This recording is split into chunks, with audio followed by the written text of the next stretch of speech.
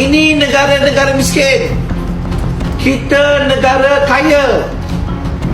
Anak muda kita tak merempat seperti Indonesia. Malaysia banyak berhutang dengan negara jiran Indonesia. Hutang kerajaan persekutuan terus meningkat dan Bank Negara Malaysia melaporkan hutang luar negara meningkat. Akhir Jun 2025, hutang kerajaan persekutuan mencatat 1.3 trilion ringgit. Kita kata jangan hutang lagi.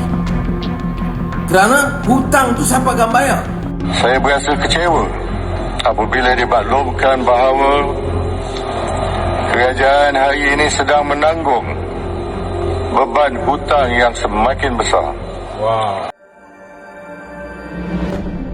Malaysia selama ini sering dianggap lebih maju dari Indonesia. Tapi kalau dilihat dari kondisi utangnya sekarang, gambarnya mulai berubah. Per 2025, rasio utang pemerintah Malaysia sudah mendekati 70%. Sederhananya, dari seluruh uang yang dihasilkan negara, lebih dari setengahnya sudah dibebani utang. Sementara itu, Indonesia justru berada di sekitar 39%, hampir setengah dari Malaysia, yang artinya posisi keuangannya masih jauh lebih longgar dan tidak terlalu tertekan. Ini bukan cuma beda angka, ini merupakan sebuah perbedaan tingkat risiko.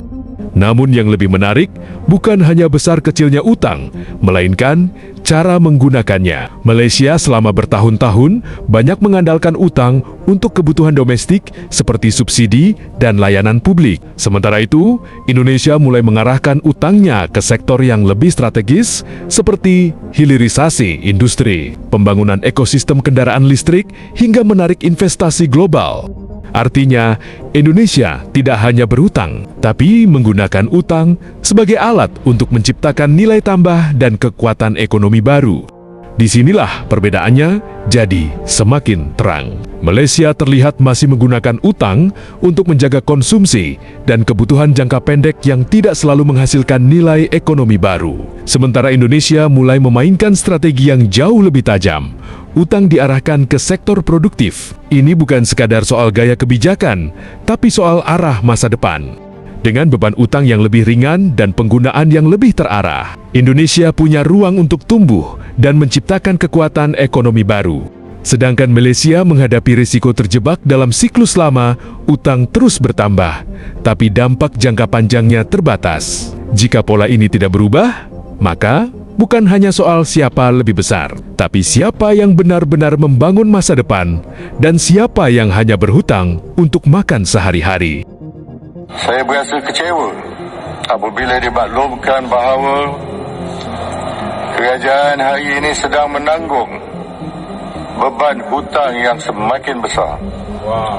Ini disebabkan sejak tahun 1998, kerajaan sentiasa berada dalam kedudukan debit kekal. Adakah beban ini akan kita tinggalkan untuk ditanggung oleh anak cucu kita nanti? Jawapannya adalah pada semua ahli-ahli Dewan Desi.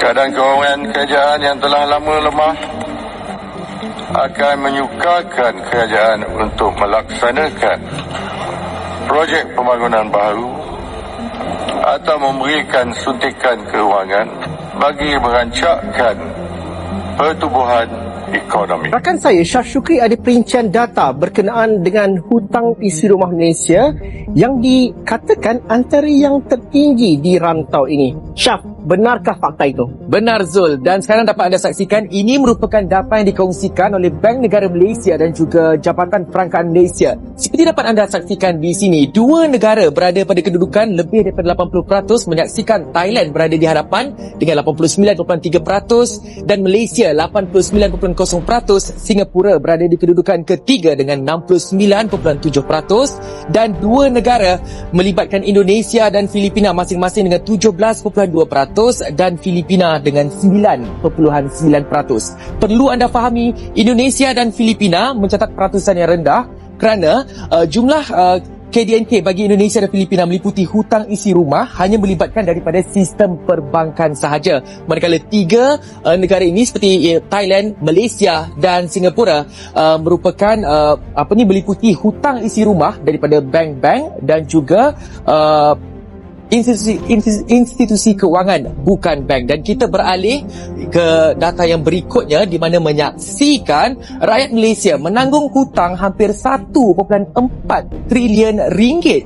Dan dapat anda saksikan di sini apa yang melebihi ialah apa yang melebihi di sini ialah pinjaman perumahan berada di kedudukan tertinggi dengan 58% daripada jumlah hutang isi rumah keseluruhan bernilai 1,375 bilion ringgit, dan berada di kedudukan kedua ialah hutang lain dengan 14%, pinjaman peribadi 13%, pinjaman kereta 12% dan hutang kad kredit dengan 3%. Akhir Jun 2025, hutang kerajaan persekutuan mencatat 1.3 trilion ringgit berbanding akhir 2024 sebanyak 1.25 trilion ringgit.